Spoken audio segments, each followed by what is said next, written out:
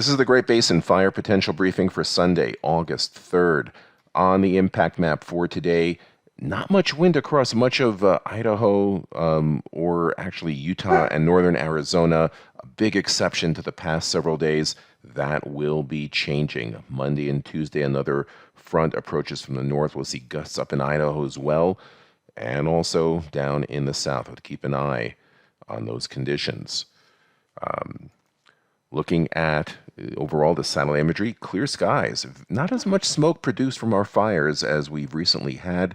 Lightning continues across northern areas, and we've had new starts. Probably the most critical lightning is right along the northern Nevada, northern Utah, and Idaho borders. That's where the best combination of drier fuels and lightning is occurring.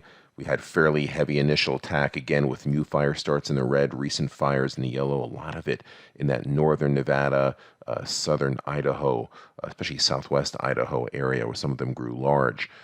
Now, for today, not as much fire production and smoke production on some of our fires. There will be some. You see more of a westerly component, and that's on the left. Tomorrow afternoon, the winds will be picking up. You see the elongation of the smoke plumes as the fires start ripping again.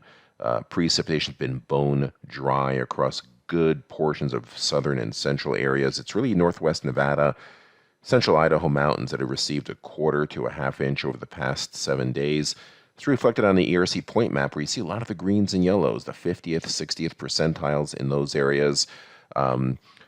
Even though we're getting those readings in southwest Idaho, still getting fires there. A lot of the fuels there, grasses can bounce back very quickly. And there's very dense fine fuel growth right along the Nevada-Idaho border. But you can see the record ERCs, the purples, all across eastern Idaho, most of Utah, much of eastern and central Nevada, and those ERCs will continue to get worse as we go through this week. You see that reflected on the 100-hour fuels. Areas in the dark gold are in the upper single digits to mid-single digits that can burn.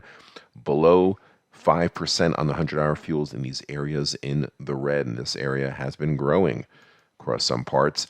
The drought continues across the region, and the upper level map for today shows high pressure centered over southern Arizona starting to arc and build northward. So we should see temperatures increasing across Utah and Arizona a little bit today. A little weak front coming through across parts of the Pacific Northwest, and gusty winds, kind of a washoe zephyr with drier air coming in over the Sierra front. Now for today, that's where the strongest winds will be. See this little area of purple here? These will be gusts 30, 35 miles an hour.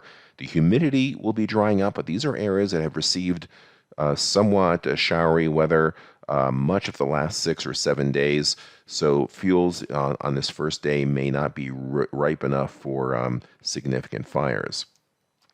Now, we will see thunderstorm activity today, wettest up in the Idaho mountains towards the Payette and the Boise, but some drier strikes given by these little elongated individual signatures in northeast Nevada and far southwest Idaho today could cause more initial attack concerns. Trough low pressure pushes on in. The wind gradient starts increasing across southern and eastern areas. We have high risk for winds and low humidity across a good portion of Utah and the Arizona Strip. We see those winds here on the left.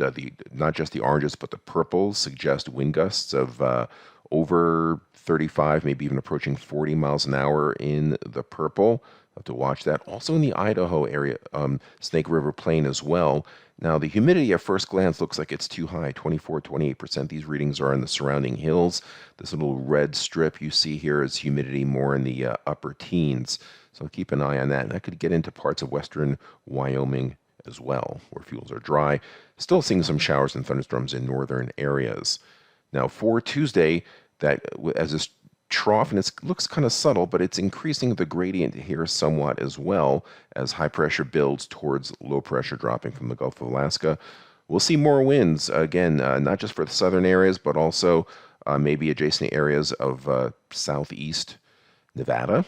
See those winds here, not just in Utah and the Arizona Strip, but also pushing back into parts of Ely's areas and the Spring Mountains and those extremely low humidity values there as well.